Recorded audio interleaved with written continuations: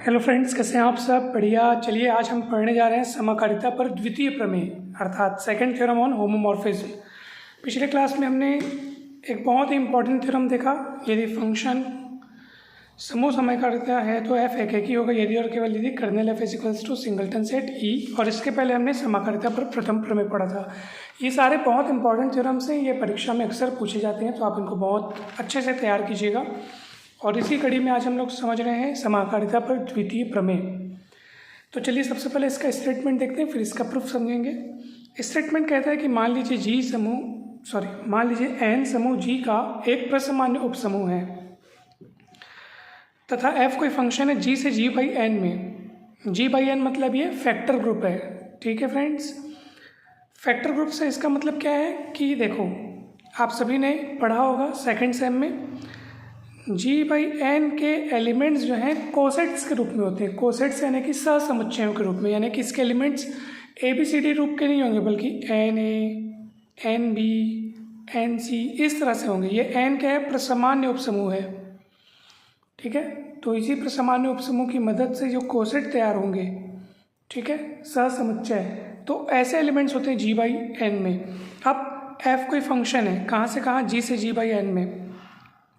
तो चलिए इसको चित्र के मदद से समझते हैं। तो ये देखो, ये है अपना जी हो गया, ये जी बाई एन हो गया, और ये एफ कोई फंक्शन है जी से जी बाई एन में। ठीक है, तो जी के एलिमेंट्स जैसे होंगे, मान लो ए बी, इस टाइप से।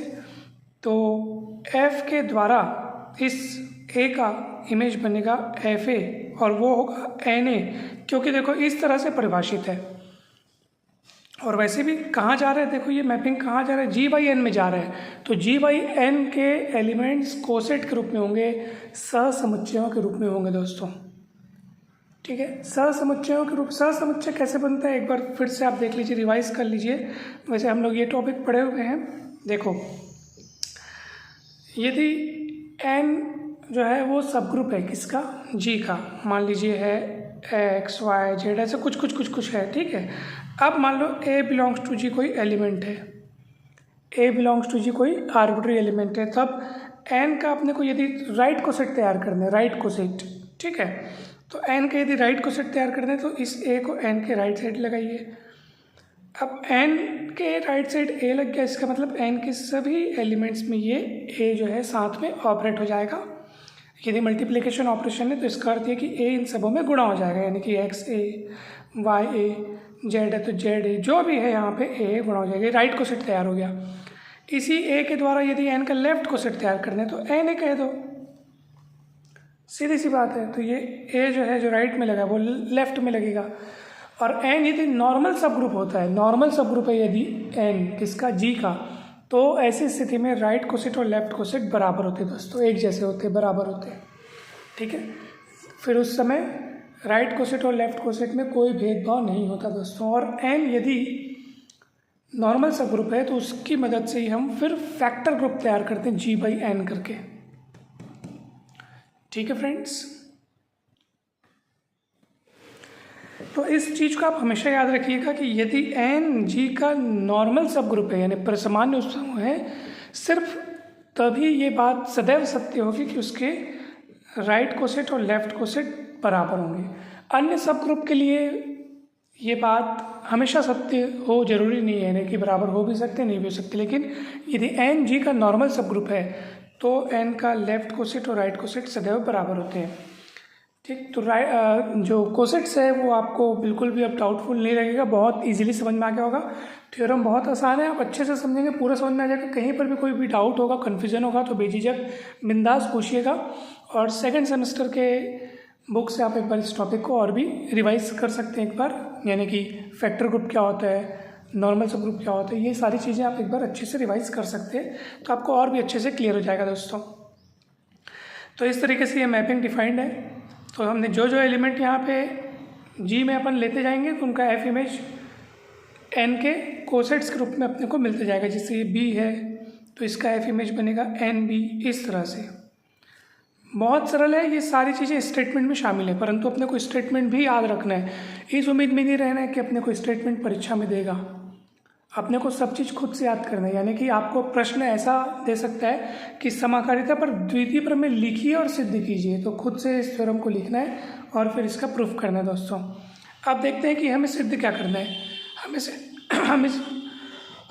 हमें सिद्ध करना है कि एफ जी का जी बाई एन पर आच्छादक समाकारिता है, यानी हमको सिद्ध करना है कि ये एफ आच्छादक भी है और समाकारिता भी है। आच्छादक समाकारिता किसको बोलेंगे? Onto homomorphism. Onto homomorphism मतलब जो फंक्शन ये दोनों क्वालिटीज़ रखता हो, एक तो वो ऑन टू हो और एक तो वो क्या हो, होमोमॉर्फिज्म। तो यही अपने को सिद्ध करना है। और तीसरी चीज़ और सिद्ध करनी है कि एफ का कर्नेल जो है, यानी kernel F is equals to N, जहाँ एन कौन है? जी का नॉर्मल सब ग्रुप है। तो कुल मिला के 3 चीज़ें अपने को सिद्ध करनी है। तो चलिए फटाफट अपन इसका प्रूफ शुरुआत करते हैं दोस्तों। शुरुआती चीज़ें आप वही लिखिएगा, मान लो ये चीज़ें उनको दिया है या मान लो करके आपको लिखना है। किताब से लिखने का तरीका एक बार आप देख लीजिएगा। अपन फटाफट चलते हैं, फटाफट सिद्ध करते हैं कि एफ इज़ होमोमॉर्फिज्म। 3 चीज़ें एफ़ के बारे में, 2 चीज़ें एफ़ के बारे में सिद्ध करना है। एफ़ को सिद्ध करना है कि वो ऑन टू है और होमोमॉर्फिज्म है। ये 2 चीज़ें एफ़ के लिए सिद्ध करनी है। और तीसरी चीज़ सिद्ध करनी है कि एफ़ का कर्नेल जो है वो नॉर्मल सब ग्रुप एन के बराबर है। यानी कि टोटल 3 चीज़ें एफ़ के बारे में अपने को सिद्ध करनी है। 1 2 3, ये हमारा टारगेट है। इतना कर लोगे थ्योरम कंप्लीट, ठीक है, प्रूफ कंप्लीट हो जाएगा। तो चलिए एफ़ इज़ होमोमॉर्फिज्म पहले अपन सिद्ध करते हैं। ये मैं डायरेक्ट लिख रहा हूँ, इसके पहले की 3-4 लाइनें इसके जो अपने को थ्योरम में दिया है स्टेटमेंट में, उसको अपने को लिखना है। किताब से आप लोग एक बार देखिएगा, ठीक। चलिए अब होमोमॉर्फिज्म सिद्ध करने के लिए क्या करना होगा भैया? कोई 2 आर्बिट्री एलिमेंट लेने होंगे। कहाँ से लेने होंगे? जी से। तो मान लीजिए कोई 2 arbitrary element A B belongs to G अपन लेते हैं, ठीक है। जी क्या है? जी एक ग्रुप है। तो सीधी सी बात है कि अगर जी ग्रुप है, ए और बी उसमें बिलोंग करते हैं, तो ये दोनों के बीच अगर अपन ऑपरेशन लगाएंगे, मल्टीप्लिकेशन ऑपरेशन लेके चल रहे हैं, तो ये भी जी का एक मेंबर होगा दोस्तों, ठीक है। चलिए अब F image of A B लेके चलते हैं। अब एफ की डेफिनेशन क्या है? एफ एक्स इजिकल्स टू क्या होता है? एन एक्स, यानी जो यहाँ रहेगा वो एन में लग जाएगा बाजू में। एफ एक्स तो एन एक्स, एफ ए तो एन ए, एफ बी तो एन बी, एफ फलाना तो एन फलाना, एफ ए बी तो एन ए बी। यानी एक्स की जगह यदि आपको एन बी दिखे तो चुपचाप एन ए बी लिख देना। इस डेफिनेशन से आया है ये, ठीक। अब देखो एन क्या है? नॉर्मल सब ग्रुप है, ठीक है। साथ ही साथ एन ए बी क्या है? एक कोसेट है। कोसेट की प्रॉपर्टी के अनुसार हम इसको अलग अलग बांट के लिख सकते हैं। एन ए बी ना, तो एन ए एन बी लिख सकते हैं, ठीक है फ्रेंड्स। तो इसको आप ध्यान रखिएगा, याद रखिएगा। ये कहाँ से आया? ये कोसेट की प्रॉपर्टी से आया फ्रेंड्स, ठीक है, ठीक है। ये कहाँ से है? कोसेट की प्रॉपर्टी से है। लेकिन कोसेट की प्रॉपर्टी से आया तो है, परंतु इसमें पहला गुण तो ये है कि एन नॉर्मल सब ग्रुप है, इसलिए ऐसा हो सका है दोस्तों, ठीक है। तो ये आप लोग सेकंड सेमेस्टर में और अच्छे से समझ पाएंगे कि ये ऐसा क्यों हुआ है, ठीक। वास्तव में देखो इसका विवरण देख लो आप। जैसे ये एन ए बी है, ठीक है, मैं आपको यहाँ से ये सिद्ध करके दिखाता हूँ। एन ए एन बी, ठीक। अब चलिए अपन इसको ए एन ऐसे करके लिख सकते हैं, ठीक। ऐसे अपन इसको लिख लिया। उसके बाद क्योंकि n नॉर्मल सब ग्रुप है जी का, क्योंकि n नॉर्मल सब ग्रुप है जी का, इसलिए n का लेफ्ट कोसेट राइट कोसेट के बराबर होता है। तो ए एन को हम लोग एन ए लिख सकते हैं। और ऐसा लिखने की इजाज़त हमको कौन देता है? n का नॉर्मल होना। n प्रसमान उपसमूह है, इस कारण से हम ए एन को एन ए लिख पा रहे हैं दोस्तों, ठीक है। क्योंकि नॉर्मल सब ग्रुप के लिए ही लेफ्ट कोसेट और राइट कोसेट बराबर होते हैं। अब देखो ये एन एन को साथ रख लो, ठीक है, और पीछे में ए बी रख लो। N N equals to N, ठीक है, याद रखिएगा। N equals to N. कोई भी 2 सब ग्रुप रहते हैं, उनका गुणा करने पर वापस वही मिलता है दोस्तों। ये अपन पढ़े हुए हैं, ठीक है। इसको याद रखिएगा, आप सदा सदा याद रखिएगा। और ये ए बी तो मिल गया ना, देखो ये इतना इक्वल इतना, तो अपन इसको ऐसे लिख सकते हैं दोस्तों। और ये एन ए कौन है? एन ए कौन है? एन ए ही तो एफ ए और एन बी ही तो एफ बी है। तो ये हो जाएगा एफ ए, ये हो जाएगा एफ बी। हो गया ना होमोमॉर्फिज्म सिद्ध। होमोमॉर्फिज्म मतलब क्या होता है? विच प्रिजर्व्स द कंपोजिशन। देखो एफ बढ़ता हुआ दिखाई दे रहा है, संयोजन सुरक्षित है, संरक्षित है। तो इस तरह से एफ इज होमोमॉर्फिज्म सिद्ध हो गया, एक पड़ाव पार हो गया। दूसरा पड़ाव क्या सिद्ध करना है, एफ इज़ ऑन टू, यानी एफ आच्छादक है। आच्छादक कैसे सिद्ध करेंगे, आच्छादक सिद्ध करने के लिए हमेशा याद रखना कोडोमेन वाले ग्रुप में अपने को यहाँ पर एक एलिमेंट लेना है। तो ऑब्वियस सी बात है कि ये कौन है, ये वाला ग्रुप कैसे है, ये फैक्टर ग्रुप है, जी बाई एन है। तो यहाँ के एलिमेंट कोसेट के रूप में होंगे। तो यदि आप एक आर्बिट्री कोसेट लेते हो, स्वेच्छ सह समुच्चय लेते हो, तो वो एन एक्स के रूप में होगा। जैसे क्योंकि इसके एलिमेंट तो N A, N B, N C, N D के रूप में होते हैं, तो अपन ने आर्बिट्री ले लिया एन एक्स। अब आप कहेंगे सर ये एन ए क्या है, तो ये एन ए कोसेट है। ये कैसे तैयार हुआ है, ए कौन है, तो अवश्य ही जी में ए नाम का कोई एलिमेंट है तभी एन ए तैयार हुआ है, याद रखिए इस बात को। एन बी कैसे तैयार हुआ है, क्यों एन बी तैयार हो गया, तो याद रखिएगा ये बी अवश्य ही जी में बिलोंग करते तभी एन बी तैयार हुआ था, क्योंकि जी के एलिमेंट्स को एन के बगल में चिपकाने पर ही एन का राइट कोसेट तैयार हो रहा है, यानी जी बाई एन का एलिमेंट तैयार हो रहा है। यानी जी बाई एन के जो एलिमेंट्स है जो कि कोसेट के रूप में है, और वो कोसेट किसकी मदद से तैयार कर रहे हो, जी के एलिमेंट्स की मदद से तैयार कर रहे हो। यदि मैं कहीं एन सी यहाँ लिखूँ तो अवश्य ही ये सी जी का लिया गया है। तो यदि एन एक्स लिख रहा हूँ मतलब क्या सिद्ध हो रहा है कि अवश्य ही इस एन एक्स को बनाने के लिए जो एक्स है वो जी का इस्तेमाल किया गया है। दोस्तों इस बात को याद रखिएगा, ठीक है। तो चलिए अब यदि मैं यहाँ उसी चीज़ को, जो चीज़ यहाँ पे अपन ने बताया है उसी चीज़ को यहाँ लिखना है कि यदि मैं, ठीक है, मैं थोड़ा सा यहाँ पे एकदम फास्ट और रफ में लिख रहा हूँ, आप किताब से देखकर अच्छे से सिस्टमेटिक लिखिएगा।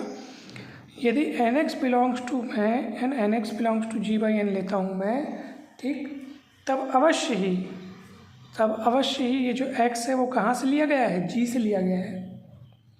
इसका अर्थ है कि मैं जो राइट कोसेट यहाँ से एन का लूँगा, उस राइट कोसेट को जिस एलिमेंट की मदद से बनाया गया वो एलिमेंट अवश्य ही यहाँ का होगा, यहाँ पे विद्यमान होगा। तो उसी को मेरे को लिखना है। अतः for all N X belongs to G by N, यानी जी बाई एन का कोई भी राइट कोसेट लोगे आप यहाँ पे, इट इम्प्लाइज दैट, ये जरूर इंगित करता है कि there exist X belongs to G, तब जी में एक्स नाम के एलिमेंट का अवश्य अस्तित्व होगा। इस प्रकार की F X equal N X, ठीक है फ्रेंड्स। ये तो रफ कार्य जो मैं आपको समझा रहा था, ठीक है। ये F X equal N X, क्योंकि एफ के द्वारा ही यहाँ के एलिमेंट्स के जो इमेजेस वो वहाँ पे कोसेट के रूप में बन रहे हैं दोस्तों, ठीक। तो मुझे पूरी उम्मीद है आपको समझ में आ रहा होगा। कहीं मैं फिर से कह रहा हूँ, आपको अगर कहीं डाउट है, कुछ भी अगर आपको दिक्कत जा रही है, बिल्कुल कमेंट सेक्शन में लिख के बताएं। तो आपके डाउट के हिसाब से मैं आपको तुरंत ये सलाह दूंगा कि आपको पहले क्या पढ़ना चाहिए। कहीं आपका कुछ पिछला, अगर मुझे ऐसा लगेगा कि आपके पिछले कंसेप्ट क्लियर न होने की वजह से आपको प्रॉब्लम क्रिएट हो रही है, तो मैं आपको वैसा फिर सजेशन दूंगा दोस्तों। इसलिए आप कहीं पर भी बिल्कुल अपने मन में ऐसा ना सोचें कि मेरे को ये चीज़ नहीं समझ में आ रही है। तो मतलब आप बिल्कुल सब कुछ कॉमन है। अगर आपको कुछ भी नहीं समझ में आ रहा है तो भी आपको अपने मन में ऐसा नहीं सोचना है कि मेरे को कुछ भी क्यों नहीं समझ में आ रहा है। मतलब अपने आप को ज़रा भी कमज़ोर या हीन नहीं समझना है। बस दिक्कत कहाँ पे, दिक्कत कहीं है ही नहीं। बस सीधी सी बात है कि अगर पिछले कंसेप्ट क्लियर ना हो तो ये समझ में आना या ना आना कोई बड़ी बात नहीं है दोस्तों। इसलिए अपने मन को एकदम ज़्यादा घबराएं नहीं, ठीक है। तो अगर आपको समझ में आ रहा है तो ये बहुत अच्छी बात है, पिछले कंसेप्ट क्लियर होने की वजह से समझ में आ रहा है। और अगर आपको समझ में नहीं आ रहा है तो भी घबराना नहीं है, पिछले कंसेप्ट क्लियर अगर हो जाएंगे तो आपको ये पूरा समझ में आ जाएगा दोस्तों।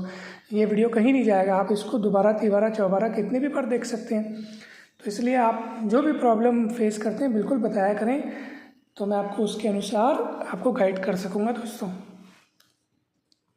ठीक है। तो देखिए ये हो गया, तो ये अपन ऑन टू सिद्ध कर लिए दोस्तों, ठीक है। सिद्ध हो गया ऑन टू, इतना ही यूज़ करना है, एफ इज ऑन टू।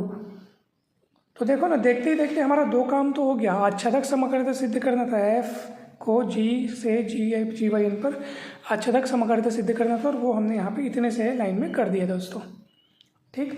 तो यहाँ समकालिता सिद्ध हो गया, यहाँ ऑन टू सिद्ध हो गया। अब तीसरा काम बचा है kernel F is equals to N. तो चलिए कर्नेल सिद्ध करेंगे, एफ का कर्नेल एन के बराबर है, सिद्ध करेंगे। चलिए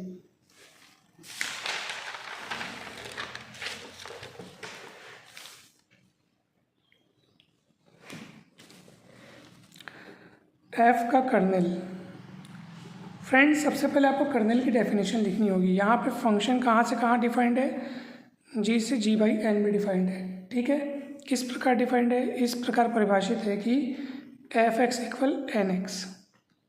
ठीक है,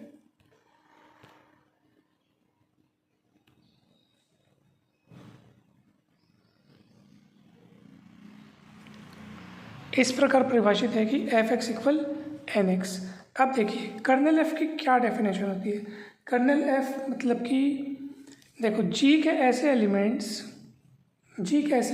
एक्स बिलोंग्स टू जी के ऐसे एलिमेंट्स जिनका एफ इमेज वहाँ का आइडेंटिटी एलिमेंट बने। तो याद रखिएगा, देखो भाई ये जी है, जी बाई एन है। कोई भी फैक्टर ग्रुप का आइडेंटिटी एलिमेंट, वो जो नॉर्मल सब ग्रुप है ना, जो नीचे लिखा होता है, जिसकी मदद से ये फैक्टर ग्रुप तैयार होता है, वही होता है। तो इसका आइडेंटिटी एलिमेंट होगा एन। फैक्टर ग्रुप का आइडेंटिटी एलिमेंट ये जो नीचे लिखा होता है, जो जिस नॉर्मल सब ग्रुप की मदद से वो तैयार हुआ है, वही होता है दोस्तों। तो यहाँ पे कर्नेल अगर मैं बनाऊँ तो इसमें जो भी एलिमेंट आएंगे अवश्य ही उनका एफ इमेज ये एन होगा दोस्तों। ठीक, तो इसमें एक्स मतलब जी के ऐसे एलिमेंट्स आएंगे जिनका एफ इमेज एन के बराबर होगा। Is it clear to all of you? Okay, बहुत सरल चीज़ है। एन क्या है लिख दो नीचे में, एन क्या है, जी बाई एन का तत्समक अवयव है। अब आप कहेंगे सर ये कैसे हुआ, क्यों एन को तत्समक अवयव बोल रहे हो? दोस्तों मैं आपको तुरंत दिखा देता हूँ। ये देखिए,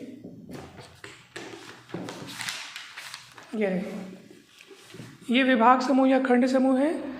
ये आप लोग सेकंड सेमेस्टर में पढ़े होंगे। ठीक है, इसमें अपन पूरा सिद्ध किए हैं कि ये कैसे एक समूह होता है, और इस समूह को सिद्ध करते समय तत्समक की उपस्थिति में आप देख लो कि ये एन जो है, ठीक है, ये एन तत्समक अवयव का काम करे, क्योंकि उसको किसी भी कोसेट के साथ गुणा करते हैं, चाहे राइट से चाहे लेफ्ट से, आपको वही चीज़ मिलती है। तो ये चीज़ें आप लोग समझ सकते हैं दोस्तों। ठीक है, 465 पेज में है बीजगणित किताब में, सेकंड सेमेस्टर में। ठीक है फ्रेंड्स, तो चलिए हम बढ़ते हैं आगे। अब देखिए, तो कर्नेल एफ में कैसे एलिमेंट्स आएंगे जिनका एफ इमेज एन के बराबर होगा।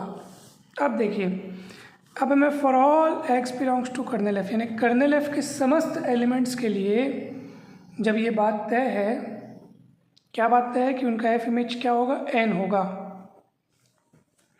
दूसरी ओर F X is equal to N X definition के हिसाब से, भाई जो एलिमेंट कर्नेल में होगा उसका एफ इमेज आइडेंटिटी एलिमेंट होगा, एन होगा। और साथ ही साथ हम ये भी बात तो जानते हैं कि F X equal N X है, तो F X equal N X रख दिया और ये एन हो गया। यहाँ से एक बात साबित होती है कि एक्स बिलोंग्स टू एन। ठीक, क्योंकि हमने एक चीज़ पढ़ा है कि अगर एच जी का कोई सब ग्रुप है, और यदि एच इक्वल एच है, तो it implies that A belongs to H. ये स्टेटमेंट अपन ने प्रूफ किया है दोस्तों ग्रुप थ्योरी में, आप देख लीजिए। यदि एच जी का सब ग्रुप है, और एच इक्वल एच है, तो अवश्य ही ए बिलोंग्स टू एच होगा। ठीक वही हिसाब है, एन एक्स इक्वल एन है तो एक्स बिलोंग्स टू एन होगा दोस्तों। यानी कोई एलिमेंट आपने कर्नेल एफ से लिया और वही एलिमेंट एन में दिख गया, कहानी तो वही है ना। देखो कहानी क्या कहती है, एलिमेंट आपने कहाँ से लिया, कर्नेल एफ से, दिख कहाँ गया, एन में। एक सेट में लिया गया एलिमेंट यदि दूसरे सेट में दिख जाए तो याद रखिएगा पहला सेट दूसरे सेट का सबसेट होता है।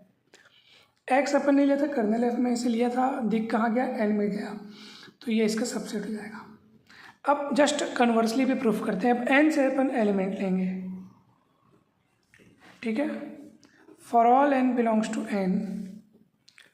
ठीक, अब जो एलिमेंट एन में है उसके लिए ये बात तो सत्य होगी। ठीक, यही कहानी, इसका जस्ट अपोजिट, कि जो एलिमेंट आप किसी सब ग्रुप में ले रहे हैं उसका कोई राइट कोसेट बनाएंगे तो वापस उसी सब ग्रुप के बराबर होगा। ठीक वही कहानी, कि यदि मैं एन में से एन ले रहा हूँ तो N N equal to N होगा, और ये एन एन मतलब हो जाएगा एफ एन। जिस तरह से F X equal N X equal F X, तो F N equal N N हो गया।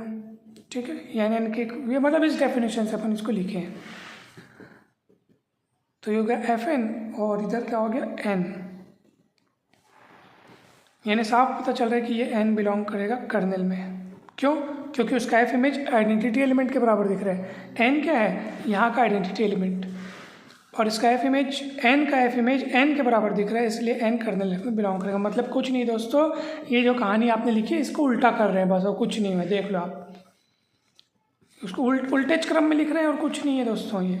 अब देखो एन कहाँ से लिए? एन से लिए। दिख कहाँ गया? कर्नेल एफ में दिख गया। अतः क्या साबित होता है इससे कि एन सबसेट है किसका? कर्नेल एफ का। अब दोनों कंबाइन करके लिख दो। यहाँ प्रूफ किया कि कर्नेल एफ एन का सबसेट है, यहाँ प्रूफ किया कि एन कर्नेल एफ का सबसेट है। अतः भैया कुल मिला के दोनों बराबर हैं। ठीक है, इसको आप ऐसे दे दो 1, इसको 1, इसको 2 दे दो, तो बाई 1 एंड 2 दोनों बराबर हो। यही सिद्ध करना था कि एफ का कर्नेल जो है वो कोई और नहीं बल्कि एन होगा दोस्तों। ठीक, तो मुझे पूरी उम्मीद है कि ये चीज़ आपको समझ में आ गई होगी दोस्तों। Second theorem on homomorphism complete होता है। कहीं पर भी कोई भी डाउट हो किसी भी लाइन में, किसी भी शब्द में, तो बेझिझक बिंदास पूछिएगा। और दोस्तों अगर कहीं डाउट नहीं है, अच्छे से समझ में आया, तो वीडियो को लाइक ज़रूर करें और चैनल को सपोर्ट करें दोस्तों, दिल से सपोर्ट करें। अगर आप दिल से सपोर्ट करेंगे तो वो ऑटोमेटिक मुझे इंस्पिरेशन मिलेगा और मैं आगे ऐसे ही वीडियोस बनाते जाऊंगा दोस्तों। तो आपका सपोर्ट ही हमारी प्रेरणा है। जितना अधिक हो सके सपोर्ट करें, शेयर करें, लाइक करें, सब्सक्राइब करें, कमेंट्स करें, और जल्दी मिलते हैं हम नेक्स्ट वीडियोज़ में।